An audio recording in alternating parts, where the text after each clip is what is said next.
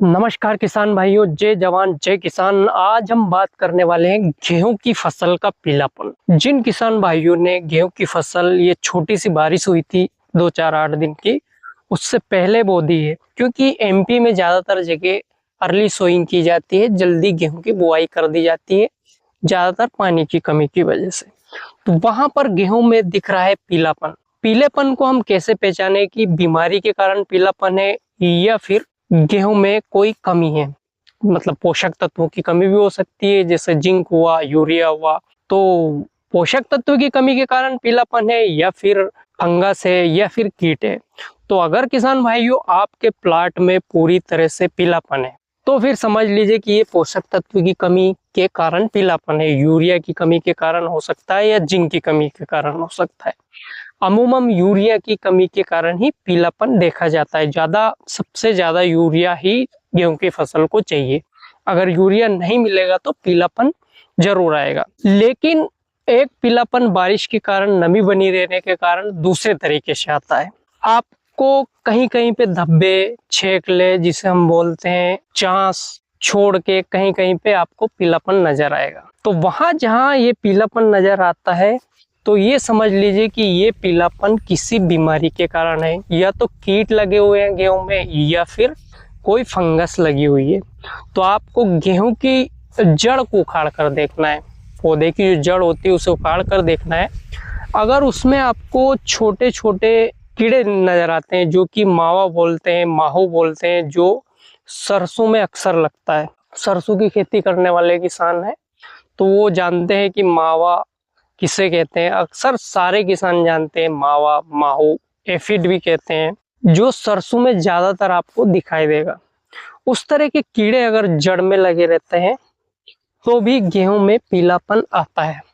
तो उनको हमें खत्म करना बहुत ही जरूरी है, अन्यथा हमारे गेहूं के पैदावार पे इसका सीधा सा प्रभाव पड़ता है। दूसरा कारण होता है फंगस का। आपको जड़ उखाड़ कर देखना, आपको फंगस लगी दिखेगी, जैसे मकड़ी का जाला नुमा उसमें लिपटा रहेगा, तो समझिए ये कारण हुआ फंगस का।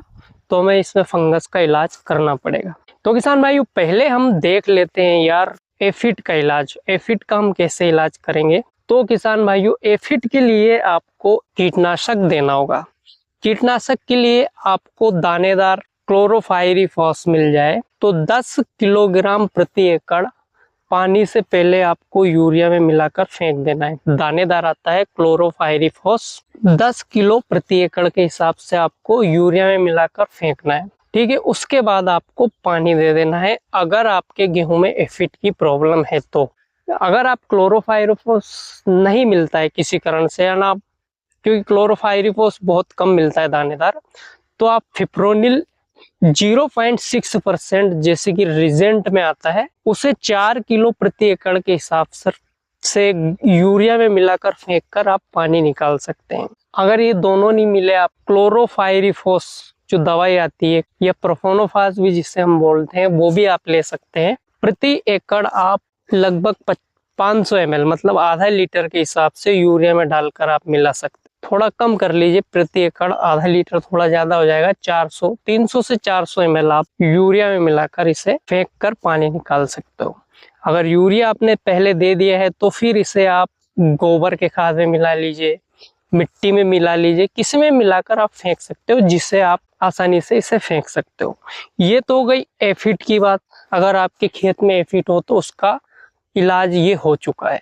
किसान भाइयों, अब आती है फफूंद की बारी। अगर आपके पौधों में आपको फफूंद नजर आती है तो फिर उसका इलाज हम कैसे करें?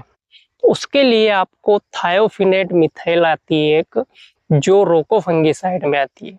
अगर आपको रोको लेना है तो रोको ले लीजिए, अन्यथा कोई दूसरा फंगिसाइड आप ले सकते हैं। ठीक है, दूसरा फंगिसाइड भी आप ले सकते हैं, लेकिन टेक्निकल आपको थायोफिनेट मिथाइल ही रखना है। ये एक सिस्टेमिक फंगिसाइड है। इसकी लगभग आधा किलो प्रति एकड़ की मात्रा आपको रखना है।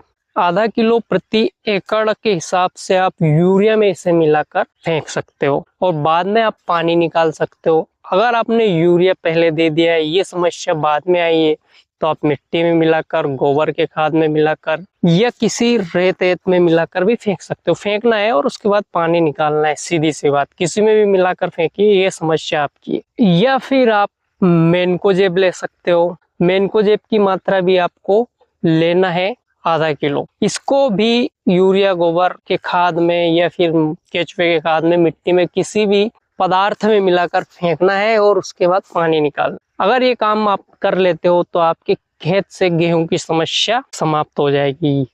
अगर आपके गेहूं में पूरे प्लॉट में, पूरे खेत में समान रूप से पीलापन है तो समझ लिए यूरिया डालना है आपको। अगर यूरिया से पीलापन नहीं जा रहा है तो फिर जिंक का स्प्रे करना है। किसान भाई, वीडियो कैसा लगा? वीडियो अच्छा लगा हो तो लाइक करिए, चैनल को सब्सक्राइब करिए और शेयर करना ना भूलें।